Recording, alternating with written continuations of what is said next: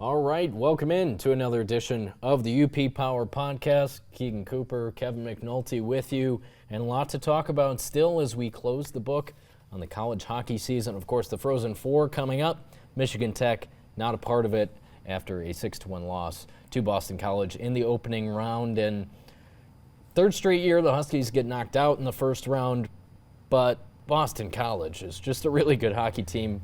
They're one of the 4 teams going to St. Paul. Yeah, I mean, when you look at Boston College, 14 NHL draft picks to Michigan Tech's 1. I mean, it was, a pair of top 5 picks that have more than 60 points on the season. Yeah, a difficult game. And I will say, Michigan Tech was definitely in that game, Kevin. For 2 periods. For 2 solid periods. I think the big swing in that game was Boston College takes the 5-minute major penalty, and Michigan Tech comes up scoreless in that. So instead of it being a 2-2 game, or maybe Michigan Tech sneaks in 1 or 2 more goals, they're now down 2-1. Yeah. And then that third period just kind of snowball effect. Yeah, I think there was a progression to this game. Of course, it involved Michigan Tech being really active on the forecheck and just trying to minimize everything that Boston College is capable of, which is a lot.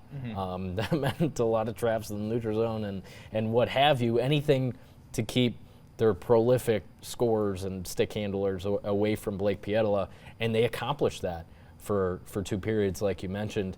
And credit to the Huskies, they go down 1-0 in this game, 36 seconds into it. Cutter Gauthier, top 5 pick in the 2022 NHL draft. You'll be hearing his name called a lot in the NHL when he moves on to that level. So he gets open, coming down the slot 36 seconds into the game, and he scores. But the Huskies, they stay composed. They play their game for most of the rest of the first period.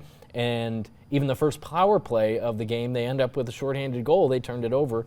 And Max Koski-Purdy, I believe his 4th goal of the season, not one of your leading scorers all year, but, he gets a breakaway chance, so he doesn't miss it.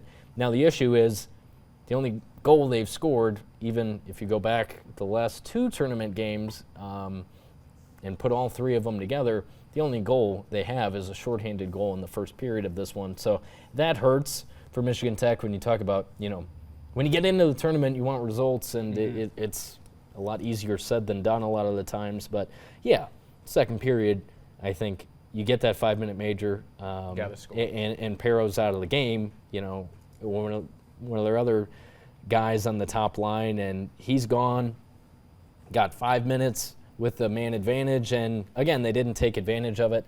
And thinking about what was said after the game, it was Joe Shawn, of course, meeting with the media along with Kyle Kukkonen, who had just came back from injury against Bemidji State in the Mason Cup final. That was his first game back, and then he was out there again against BC, of course, an assistant captain, the Rookie of the Year in the conference a year ago. And he said he was really proud of the way they kind of stayed composed after that first Boston College goal, and acknowledged in the third period it really got away from him. And Joe Shawn talked about it was that goal to make it 3-1 in the third period, where the Huskies were kind of flailing at that point. And you could see it on the ice, and it didn't take long for BC to go up 4-1, and at that point, it was curtains for the Huskies. Yeah, and that's, especially when you think about the level that you're playing at and what is on the line. Being down 1, manageable. Being down 2, that's tough, because now when you're in the third period, the consideration comes in, or the thought process of, hey, am I going to have to pull my goalie so we can get an extra skater out there and possibly make this a 1-goal game? Penalties in the third period, too. I think Michigan Tech obviously takes a 5-minute major. So a little bit of scruff in there, and you'll have that when you're playing for, chance to go to the Frozen Four. So tough one to see for Michigan Tech, but, they make it 3 straight years, and now it's, okay, we're consistently making it. Now how do we make it and get past that first round? Again, easier said than done, because Boston College is moving on to the Frozen Four now. It took an overtime victory over the defending champs, Quinnipiac Bobcats, in the second round to get there. That was a thrilling game, and Jack Malone came through in overtime weird play. If you saw that puck leak out, it was just hanging out there, and if you were watching it live, you were like, oh no, and Malone poked it in. That was game. But back to Michigan Tech, it was the 5-minute major on Tyrone Bronte. It was a little bit of payback. Pero get ejected for direct contact earlier in the game in the first period, or second period, I mean. And then Bronte gets the same thing. Logan Pietila it was Chase Pietila, just wailing on a guy on the ice. That was when it really unraveled. And, of course, BC scored their 5th and 6th goal on that power play. At that time, the game was over. But Michigan Tech, I think, really encouraging end of the season. Now, the senior class, when you think about Logan Pietila, Blake Pietila, and the rest of the seniors that will be leaving, that's quite a few pieces to pick up, especially one of the top goaltenders in the country. Yeah, it's going to be tough to replace that, but also an opportunity for the returners to step up and fill those shoes. And a lot of times when you see or have a player like Blake Pietila and the guys under him are able to learn from him and see what he does, then they can step in. And I'm sure that had to be attractive to the guys that were coming in to be his understudy. Max Varanen from Finland, as of right now, will be on the roster next year. And you could only think that'll help him playing behind Blake Pietila in his 5th year at Michigan Tech when, again, by the end of it, he had a great year. Yeah, exactly. I think that it's that kind of, passing the torch, that knowledge that you're able to give these younger players who are coming in and, they played and then maybe they played other places, but we've talked to a lot of the coaches in the CCHA. Playing in the CCHA, it's kind of a different conference when you think about all the other ones. For sure, yeah. The separation between teams and the difficulty it is to play consistently and get through the Mason Cup especially this year. We watched it all year. We're looking at those standings. 1 through 7 are separated by 6 points. Yeah. So one weekend can change it, and 60 minutes, one game can change it. So for Michigan Tech to consistently get here again, I think is a win for them. And now it's how do we reassess and how do we prepare our guys better to when we get there in the first round that we're able to be more successful. Hopefully, you're not going up against the number 1 team. Yeah, exactly. You don't want to put yourself in that situation so that if we do win the Mason Cup again and we get into the NCAA tournament, we don't want to have to play the very best team in college hockey in the first round, which was the case. The Huskies, the only team in the field with less than 20 wins on the season. They were 19-14. Plus ties going in. They finished the season 19-15 in wins and losses. So that's a good point. You want to play a little better at the beginning of the season so you don't put yourself in that situation, but still coming down the stretch, winning 5 in a row, really impressive, winning the Mason Cup. They won the GLI in a shootout over Michigan State, which was very close to going to the Frozen Four. And we'll talk about that a little bit too, because that's interesting. But we'll stay on Tech and NMU for right now because the transfer portal is relentless and it's just reality in not only college hockey but college sports right now. So we won't go too in-depth into it, but it's worth acknowledging that there's going to be a lot of roster turnover no matter where you are. And the 2 schools that we cover closely in Michigan Tech and Northern Michigan, they're not immune to it. There's 11 NMU Wildcats in the transfer portal from the 23-24 roster right now, and 4 Michigan Tech Huskies, could be more on both sides. And that means there's going to be a lot of talent coming in, whether it's freshmen or in the portal themselves. But the reality is these teams won't exactly look the same, because in college hockey especially, we're seeing it. I think I saw 80 new players entered the portal in the last 24 hours. It's Tuesday afternoon right now. So from Monday to Tuesday, 80 more players across the country. There's only 64 Division I teams. That's a lot. It's, every team has several players, and NMU is up to 11. That's unfortunate, but it doesn't necessarily mean there's anything going on in the program. It's just players every year are free agents. Yeah, and I think every year when you look at the portal across college athletics, it is something new. It's still kind of in its developing stages and things like that. And there's all kinds of different reasons of why you decide to go into the portal and why you decide to look for maybe another university that you're going to go to. It's tough for every team in the nation to deal with, right? Because across college athletics, everyone's dealing with it. I'm going in the portal, or this is in the portal. But now it's, okay, this is happening. What can we do? What do we have to do now to make sure that we have a full roster, a successful, group of guys or gals that can come in and continue the, program success? It makes coaches' lives so much more difficult. But like we said, it's the reality. And while you may see 11 players for the Wildcats in the portal, that doesn't mean they're not going to get 10 out of the portal that could be very successful.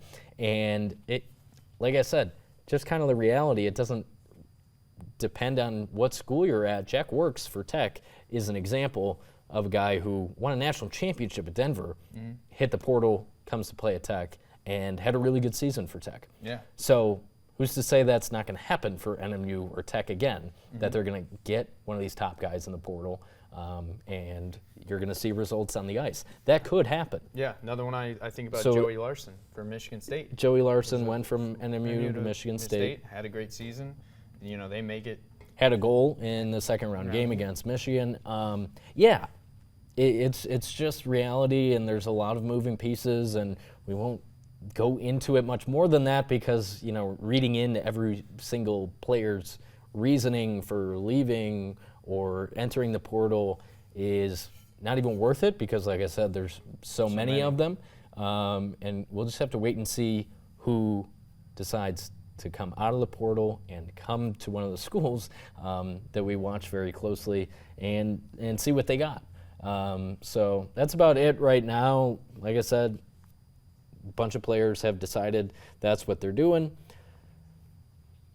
We'll see how it ends up for both the teams and the players individually. So we'll stay on top of that as we move forward here and start looking into baseball and softball. But Frozen Four is set. I think it's really exciting. Now, I do think it's unfortunate that Michigan and Michigan State had to play before the Frozen Four. Yeah. I would think everyone agrees that two teams that played each other 5 times during the regular season and Big Ten tournament shouldn't be playing each other again in a regional. That's what happened, and Michigan really poured it on late. And the Spartans had a fantastic season. Adam Nightingale deserves a lot of credit. He's up for National Coach of the Year, as he should be. He was the Big Ten Coach of the Year. But Michigan's kind of inevitable, I suppose, going back to the Frozen Four. Yeah, I think the NCAA. Let's jumble up our seedings a little bit here because it is difficult when you play a team. What's that old saying? It's incredibly hard to beat a team twice. They played them 5 times. In the regular season. So, and every time you play the same what was their team, record in the end? 4-2, Yeah. I think, over the 6 games. Yeah. So for Michigan State over Michigan. Yeah. When you play a team over and over and over, by that time, you know each other. You know the tendencies. You know who's going to shoot. You know who's going to score, and you even know the goaltenders' tendencies. Yeah. Think about Trey Augustine, the season he had, Yeah. but he gives up 5 goals. Yeah. In the regional final.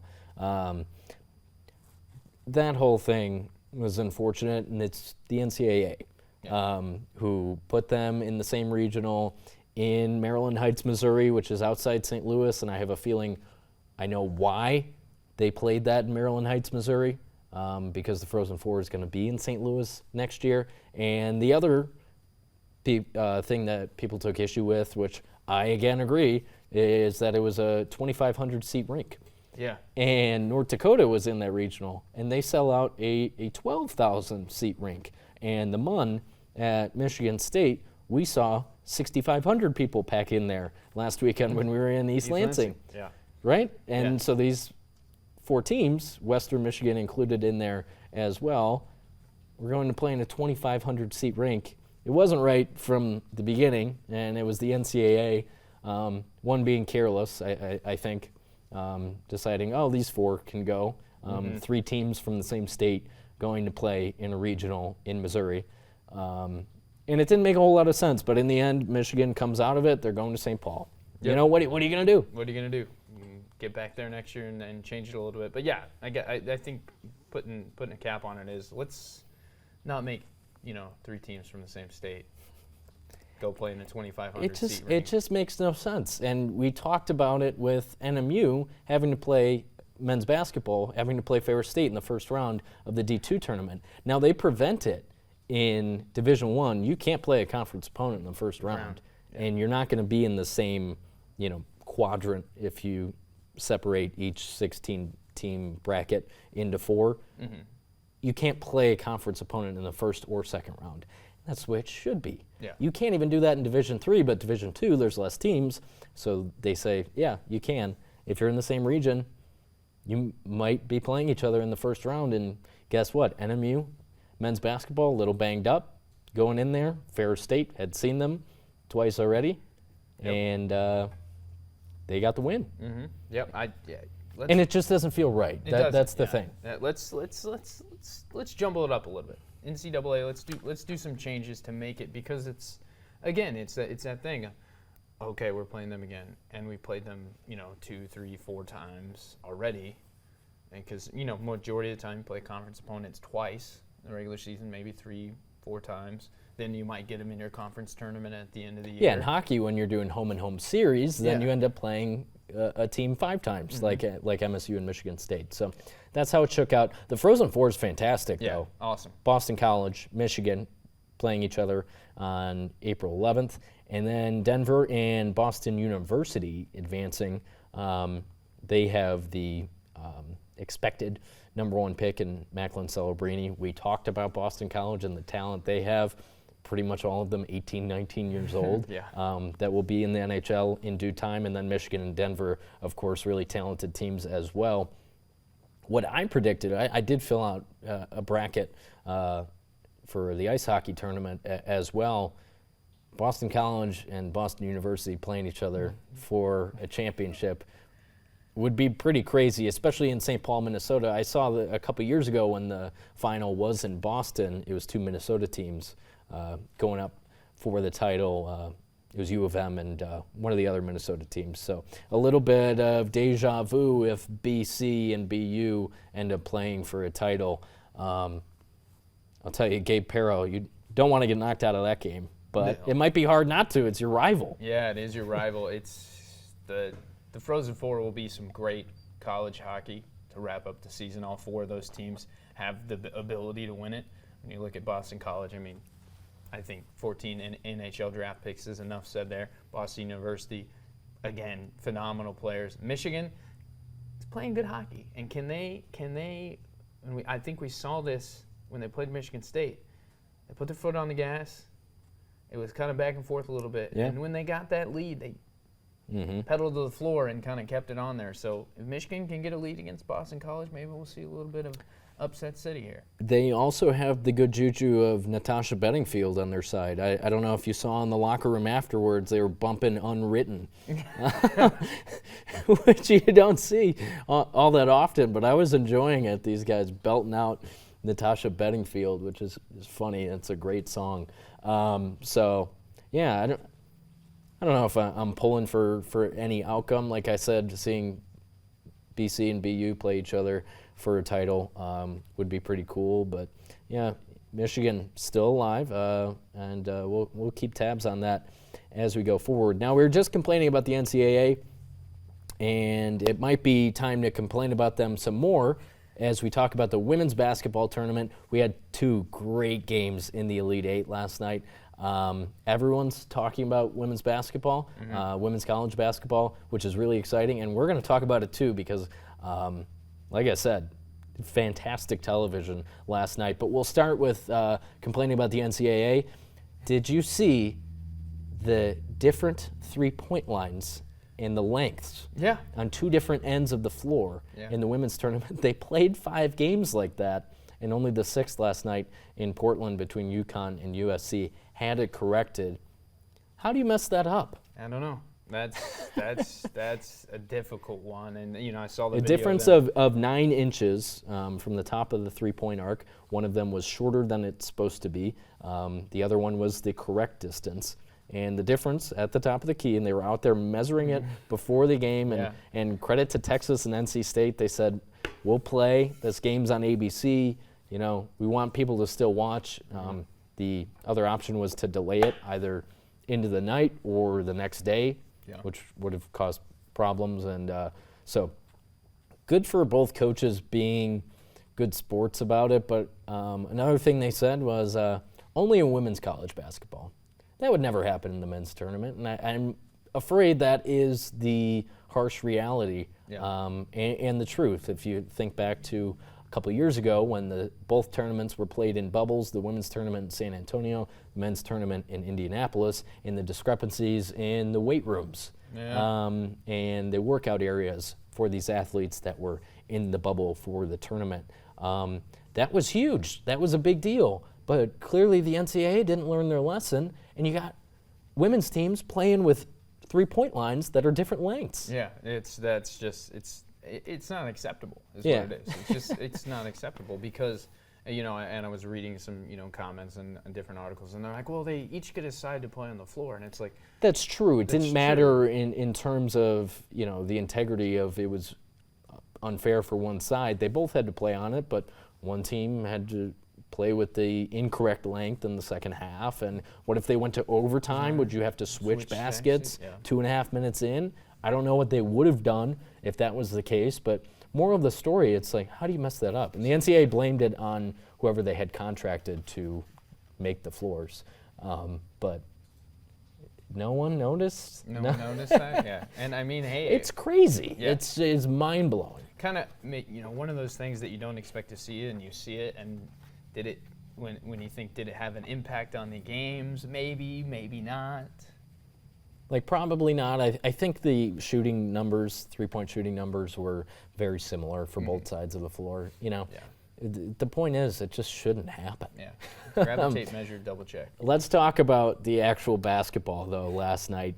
Caitlin Clark, Angel Reese, the rematch of the title game last year that drew 10 million viewers on ABC, and it lived up to the hype, certainly in the first half, because they were going back and forth, and the star power in women's college basketball is so heavy. It's so elevated from even where the men's game is. I still enjoy the heck out of the men's tournament, but the star power, when you get these players coming back for their third and fourth years, especially at the same school. Now, Angel Reese did transfer early in her career, but she's been at LSU for the past 2 years. Caitlin Clark's been at Iowa for all 4.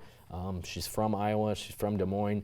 But she took over in the third quarter, and it was fun to watch. Yeah, she did. I mean, when you read the stat line, people, what jumps out to you is, 41 points, and that was 41 points. Phenomenal. Yep. But her assist number, she also has now the record in the NCAA tournament for most assists. That's what's most impressive to me about her game.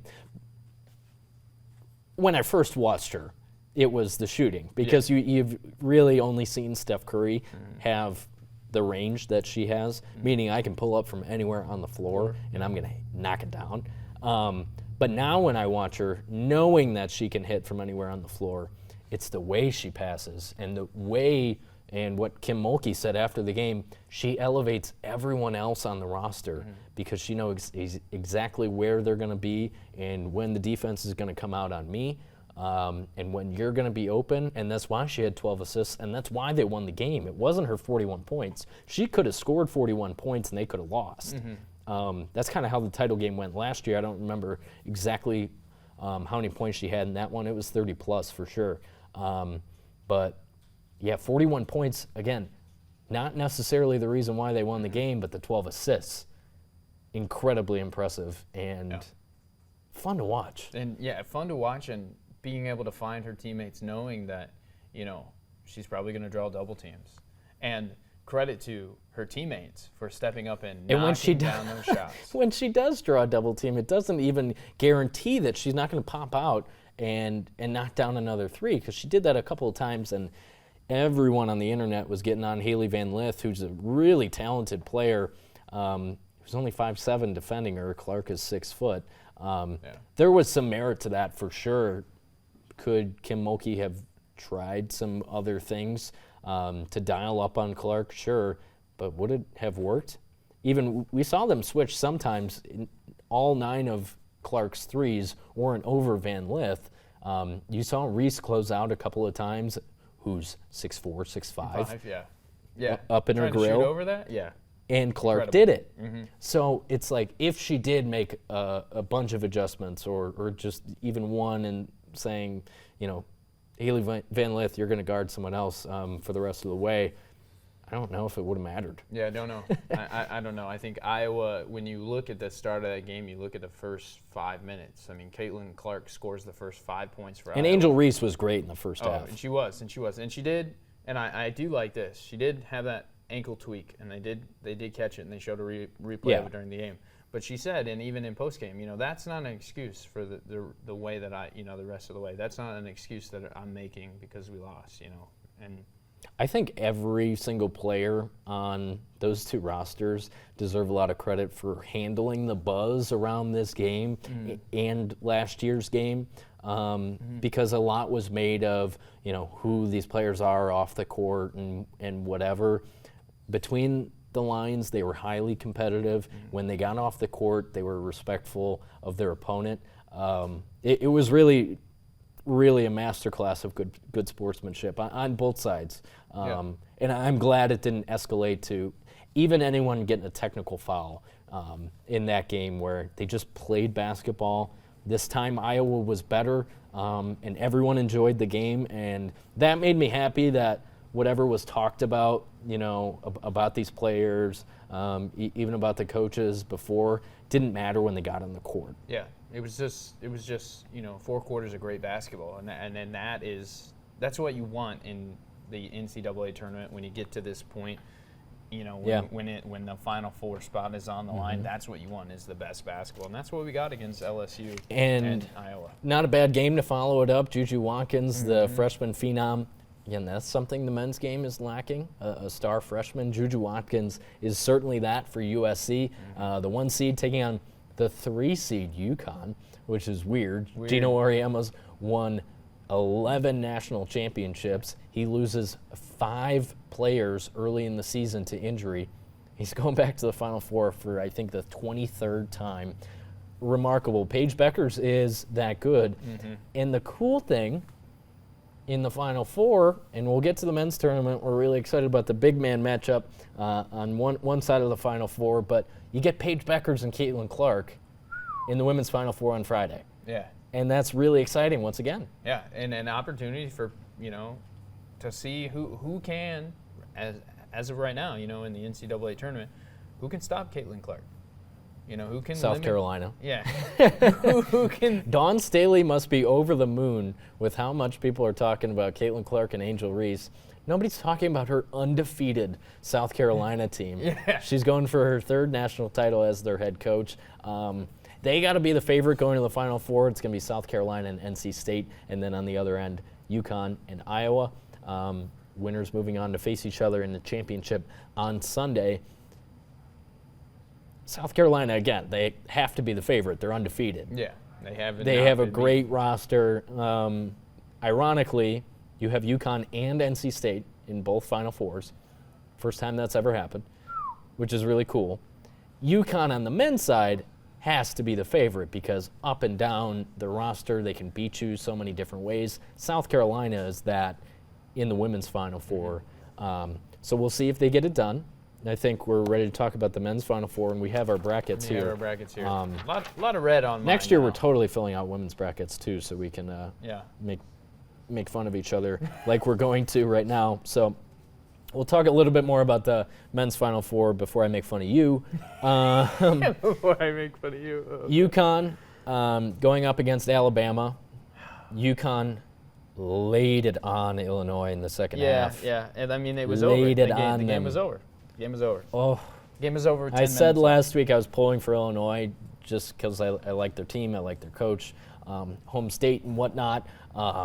They didn't stand a chance once UConn got going. Yeah. And they did a good job in the first half, at least limiting what UConn could do offensively. They didn't score a whole lot. For Illinois, we've seen them score over 100. They're in the 80s, 90s most of their games. Terrence Shannon was playing on fire going into this game. So they scored 23 in the first half, and they're stuck on 23 for 50-plus minutes of real time. I couldn't believe my eyes. We were both in the newsroom just saying, UConn is this they good. Haven't scored yet? Oh, no, they're still at 23. They're that good. They are. I mean, when you look at who they beat to get to the Final Four and how they beat them and how dominant some of the wins were. How dominant their past 9 wins in the NCAA tournament have been. 6 last year, 3 so far, 64, 32. 10 in a row. Yeah. Because they only got to win 2 more to go back-to-back with national titles. Only 3 losses on the season. And in the men's game, that's basically undefeated South Carolina. Yeah. You know, only 3 losses over the course of the year. I think only 2 of those in the Big East. Donovan Clingan, man, I hope we get that matchup in the title game. Yeah. Clingan and Zach Edey. Clingan's 7'2". So it could hang with. Everyone talks about Edey being 7'4", and he is, and he can move, and he played 39.5 minutes in Purdue's Elite 8 win. But Clingan, the way Illinois was so afraid to go into the paint, and they just ended up missing a lot of shots just because he mucks everything up. Yeah. Because he's so talented and he's so lengthy. It's similar to what Purdue has in Edey. Now, offensively, the teams don't play the same way. But on the defensive end, it's also not apples to apples. But when you put those 7'4" guys in the paint, a lot of college players aren't messing around in there. Yeah. And you may see, I don't know, I think Zach Edey had 4 or 5 blocks in the Elite 8 win over Tennessee. He influenced and caused so many more poor Tennessee shots than that he might as well have had 10 blocks. And it was the same thing for Clingan against Illinois. Yeah, and I think, dare I say it, when you look around who we've got left in the Final Four, UConn, Alabama, Purdue, NC State, I think it's going to be a battle of the bigs, and I think it's going to be a battle of who shoots better outside. Because when you think about professional basketball, the bigs, it's not really a thing. You have big players that are over 7 feet. Victor Wembanyama, 7'4", about the same size as Zach Edey, but he shoots threes. And dribbles, drives and pulls up. Joel Embiid shoots threes. Yeah. Nikola Jokic shoots threes. Yeah. So it's just a little different. But yeah, these bigs are old-fashioned, I would say, for the most part. They're probably more athletic than centers of the past. But still a lot of fun to watch, in my opinion. So UConn, Alabama, real quick. Does Alabama have a chance? I think it's... I'd like to see them make 22 threes and just be in it based on the fact that they're trading threes for twos on the other end from UConn. Yeah. That's what I'm hoping for. I think that's the only way, Kevin. I don't necessarily... Guy like me, I love upsets. I also have UConn losing in the title game to Purdue. If I predict that correctly, that would probably be the first time I ever do that, have the correct teams in the final, correct winner.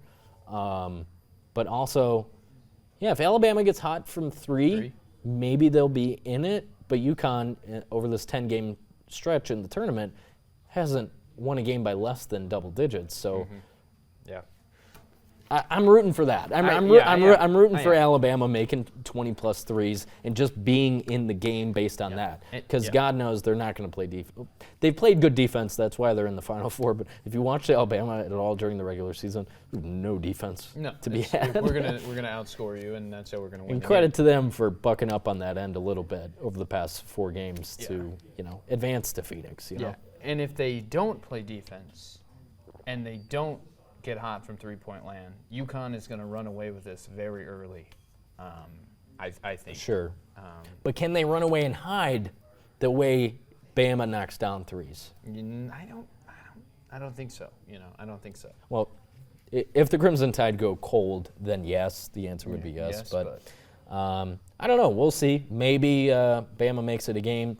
UConn for the second straight year. Even though they weren't the number 1 overall seed last year, they were the heavy favorite. They were the heavy favorite. Going into the Final Four, just based on who you had, other than the Con in the Final Four in San Diego State, FAU, and Miami. So for the second straight year, they're going to the Final Four. They are the heavy favorite to win it all. But on the other side, the Purdue Boilermakers, that was a fantastic game. I watched it from start to finish. Yeah. Zach Edey, 40 points. People don't enjoy watching him because he goes to the free throw line so much, and there's a lot of nonsense out there about the way he's officiated. I think they do the best they can. Yeah, I mean, he's such a unique player. Yeah, and when you have somebody at that height, it's going to be a foul, I would say, 80% of the time. If he's in the paint and catches the ball, there's so it's many gonna be a foul. times he gets fouled and it doesn't get called. Yeah. And that doesn't. I root for Purdue because Big Ten. I thought they would go far last year. I predicted them to win it all last year. I've been honest about that on this podcast. Yeah. That I'm pulling for Purdue, and I think they had it. And first of all, they're in the Final Four. I deserve a little credit, but I don't have a ton of faith that they could beat UConn if they get to the title game. But yeah, Zach Edey, man, he's inevitable. But I'm happy for them after what happened last year. Even the 2 years before that, losing to double-digit seeds. Ironically, they get a double-digit seed in the Final Four now. Mm-hmm. But going to a Final Four for Matt Painter, I believe in his 19th season. He took over in 2005 for Gene Cady. First Final Four since 1980 for the program. I'm just happy for them, man. Yeah, no, I am too, and it's a great fan base. The games were in Detroit, yeah. About a 4-hour drive from West Lafayette. Not that much further from Indianapolis, where I'm sure there are a ton of Boilermakers. So they were loud at Little Caesars on Sunday, and it was fun. It's been a minute since we even had a Big Ten team in the Final Four. Yeah, it has been. And I'm trying to think who the last one was. Was it? Yeah. Was it even Michigan? I don't know. Okay, I'm quizzing you. I'm gonna look it up. I don't know. I would say. I don't know. I can't look. I'm not looking.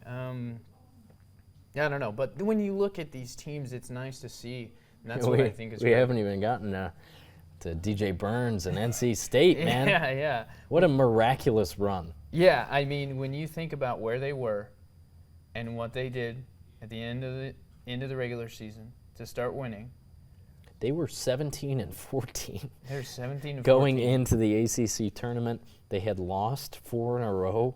Going into the ACC tournament, they were down to Louisville, who was in the basement of the ACC all year at halftime of that game. Mm-hmm. They had to play on that Tuesday. Mm-hmm. So Tuesday, they end up beating Louisville in the first round, the 10-15 game in the ACC tournament in D.C. And what everyone was circling on social media over the weekend when they clinched their spot in the Final Four was that buzzer beater from O'Connell, the 3-point off the bank to tie it even. So it wasn't like the game was tied and he made a buzzer beater and NC State moves on. No. Virginia, and this is the semifinal of the ACC tournament, misses a couple free throws. They have no timeouts. They got about 5 seconds to get down the floor, and O'Connell launches. It falls.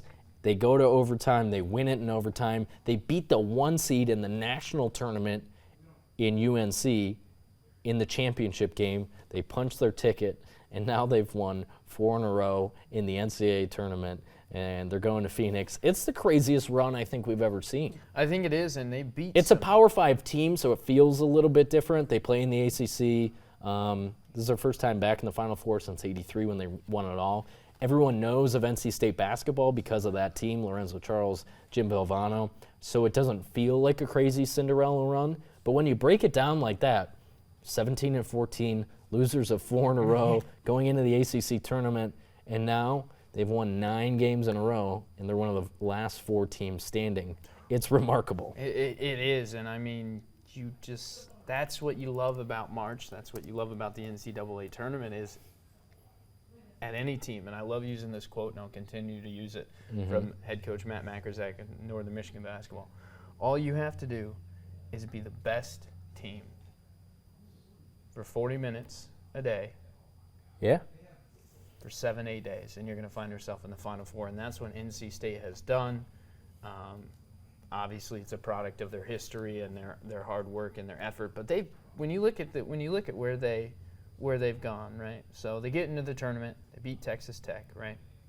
They take down Oakland, who upset Kentucky, right?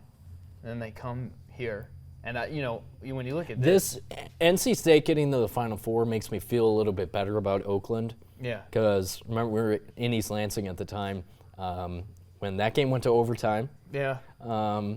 I was pulling for Golke hard because he played D2 basketball, and he was a bucket, 10 threes in the first round. They're upset at Kentucky. He was electric. But now that NC State and DJ Burns have gone on this run, I'm like, okay. It's okay. We had to sacrifice Oakland, but we got DJ Burns to the Final Four. Yeah. And, I mean, dominant performance up against Duke to get there, too. I mean, Duke gets past Houston narrowly, 54-51, I think was the final, and now NC State comes in, and that was a game. Duke and NC State were kind of trading blows early in the first half, and then you just saw NC State slowly started to handle it a little bit better. Duke does not shoot the ball well in the second half at all when you look at their percentages, and NC Tyrese State. Proctor I think he was scoreless. Yeah. And Filipowski fouled out with like 11 minutes left. Yeah. So, yeah, Duke just didn't show up on the big stage. And, they're Duke. They're young, like Kentucky, but they got to the Elite Eight. John Shire in his second year. I think he'll take that. Obviously, they want to be in Final Fours every year, whatever, and we're not going to talk a lot about Duke because Duke. Because Duke. But, I mean, they have to be pretty pleased with their season all in all. But losing to NC State in the Elite Eight, a team it's on paper not nearly as good as you, that hurts. That's a tough one to overcome. Yeah, Tyrese Proctor in the game against NC State in the Elite Eight, 30 minutes, 4 rebounds, 4 assists. That's decent. 0 points. 0 points for Tyrese Proctor, who averaged over the course of the season 23-24, 10.5 points per game. So not good. They needed him. They needed Filipowski down the stretch, but DJ Burns, inevitable, man. He was outstanding. I think 29 points for the big fella. He's so smooth with it. Yeah, and one of those old school, kind of new school style big men who can step outside and catch a ball at the elbow, can make a move, can go inside, rebounds, tough, uses his body, which I think that's something I love to see about big men in college basketball is you use your body. Zach Edey uses his body. Burns uses his body. Get inside. A lot of people wish Zach Edey used his body a little bit less, but fair. But get inside, get your position, and go get buckets. No, he does. When he spins, man, it's just fun to watch. And he hit a couple of shots right over Filipowski. Yeah. And man, it's just fun to watch, man. Awesome. The big man, everyone keeps comparing him to Zach Randolph, which is I think is just based on the frame, but I think it's fair. Both 6'9", both pushing 300 pounds for their career. A lot of NFL people on the Twitter sphere saying he's got to play left tackle, man. A guy with footwork like that. Yeah. But I don't think that's going to happen. Tons of fun to watch, man. Yeah, and it's going to be, I mean, every year I say this, but every year the Final Four is just, it's appointment viewing, man. I've been to 2 of them in person, too. A lot of fun.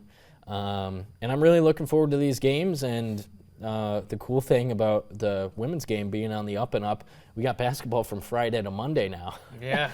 If you're really dialed into the women's games as well, which I will be, based on what we just talked about, the women's Final Four on Friday, semifinal games in the men's game on Saturday, women's final on Sunday, men's final Monday night. Are you ready for the answer to the question I posed, the last Big Ten team to get to the Final Four? I'm ready. I'm going to guess I can't even guess. I had Michigan in my head because 2018, Sure. Michigan was in it, and Spartan fans might be upset, and I was at this Final Four. I do remember them being in it. Michigan State 2019, beating Zion in the Elite Eight to move on, and then later falling to Texas Tech in the national semifinal. That one should hurt for Izzo a little bit more. Then again, you look because they could have beat Virginia in the title game. Not the way it worked out. Izzo, just another time in the Final Four. Hope he gets back again soon. He's not going anywhere. No, he's not. He's gonna go deep in this tournament again or die trying. So, and he will. I think Michigan State. I think he will too. They've been in on some of the top guys in the portal, and I think they're right there. I think it was time for Izzo to say, all right, we got to change things a little bit around here. Well, I don't know how far he goes in that direction, but think about Xavier Booker coming back. I don't know. I like the Spartans going forward. I will pull for most Big Ten teams unless they're playing Maryland. Even this year, I didn't really care because Maryland was so bad. If they lost or whatnot, I knew they were going to lose every time they played Purdue. So might as well cheer for some of these other teams. Yeah, 2019 was a lot. So it had been 5 years, I guess, 4 tournaments since a Big Ten team was in the Final Four. That's a bad drought. So I'm glad that has changed with the Boilermakers getting there. It was 2018. Michigan was there. Then before that, you got to go back a couple more years to 2015 when Michigan State and Wisconsin were in it. So again, you went 2 more years there in 16 and 17 where there was no Big Ten teams. So on the up and up, are UConn and Purdue meeting in the final? Is that where we're at? I think that's where I'm at, yeah. I think that's where I'm at. Unless, NC State. I think Zach Edey's too much. Tennessee played, Dalton Knecht played great. His supporting cast, not so much. Zakai Ziegler was kind of non-existent for the most part. The big guys got in foul trouble against Edey. I hope that doesn't happen to Burns. I do want Purdue to win. They're my pick. But I don't want to see DJ Burns on the bench. No, and I also don't think with Edey inside, I don't think Burns is going to be able to attack the way that he is. Also true. Because you've got that shot block. He's been able to step out from 12, 15 feet and knock that down. But, again, when you have Edey, 7'4", in those mitts. Did you see him cutting down the net without the ladder? Yeah. It's like even a 12-foot fadeaway, you might not feel that confident about pulling that over him. So I think that will cause NC State quite a bit of trouble. I would think Purdue is able to overcome that. And Braden Smith, the sophomore, along with Fletcher Lawyer. Fletcher Lawyer doesn't handle the ball as much. I think he was up to double digits in points. Both sophomores last year in that FDU game, freshmen, their first tournament game, got to be part of the reason why they came out so flat and lost that game. But as sophomores, man, Smith was unreal, dishing to Edey on Sunday. I liken it to Mahomes knowing exactly where Kelsey's going to be. Granted, it's not that hard to know where Zach Edey's going to be because he's massive, he's hard to miss, but he knows exactly where to put it. And there were a couple times where Smith would build up some speed, somebody would collapse, not a good idea to leave Edey, and he would have a dunk. So they deserve a lot of credit from that aspect, and even if you don't like watching Edey throw down a dunk, why don't you look at the pass from Braden Smith to give him the ball, which they did that a couple times that I was really impressed with. But yeah, the Con team to beat in the Final Four, looking forward to it. When there's not a lot going on here in the UP, unfortunately, we did have the start of the softball season at the Superior Dome this weekend. Your takeaways from spring swing? I think a good look at the beginning, of teams. Yeah, you don't want to read too much into it. Yeah, and a chance for them to get out and, kind of get in that game-like scenario and play. Now, obviously, they're not going to be playing all their games inside for the rest of the year. Fingers crossed. Well, the question now is how long are they going to have to wait to get outside to play, with the 2 feet of snow coming this week? Yeah. Right, Noel? Yes! Yeah. Noel agrees the weather this week doesn't bode well for baseball and softball in the UP starting anytime soon, but we got a taste of it at the Dome. Marquette, the host team, goes 4-0 in the tournament. Coach Swajinen, in his first game as the head coach there at Marquette, did a great job with the tournament. It was really well done with the two fields back-to-back. I thought it looked really good. Yeah. I think Lakeland and Hubble looks good. Westwood looks good. There'll be some exciting teams to watch. Calumet at the plate, man. Home run city, man. And then ropes down the third base line there. Their poor third base coach. Got one in the chest. But yeah, they were putting some over the fence too. So it was just good to get out there. Yeah, good to I guess not out there, in there. But your first couple games, work out some kinks. Pitchers get to throw some game-like scenarios, work on different pitches. Fielders get some live practice. Yeah, absolutely. And now we just have to wait until it gets warm. And we'll have more. Fingers crossed. Fingers crossed. We'll be on top of it. When that happens, we are looking forward to it. And, of course, we have some more celebrating for the Ishpeming girls team this weekend, a celebration at the school on Sunday.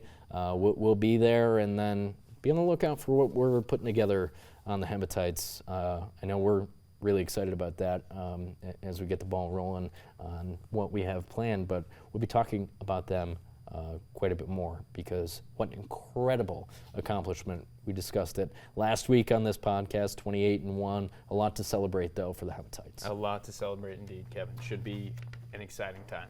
All right, we'll get out of here. Thanks for joining us here in the UP Power Podcast, whether it's on YouTube or Spotify or live on Facebook. You're catching us everywhere these days, but a lot of good stuff. Thanks for joining us, and we will see you next time.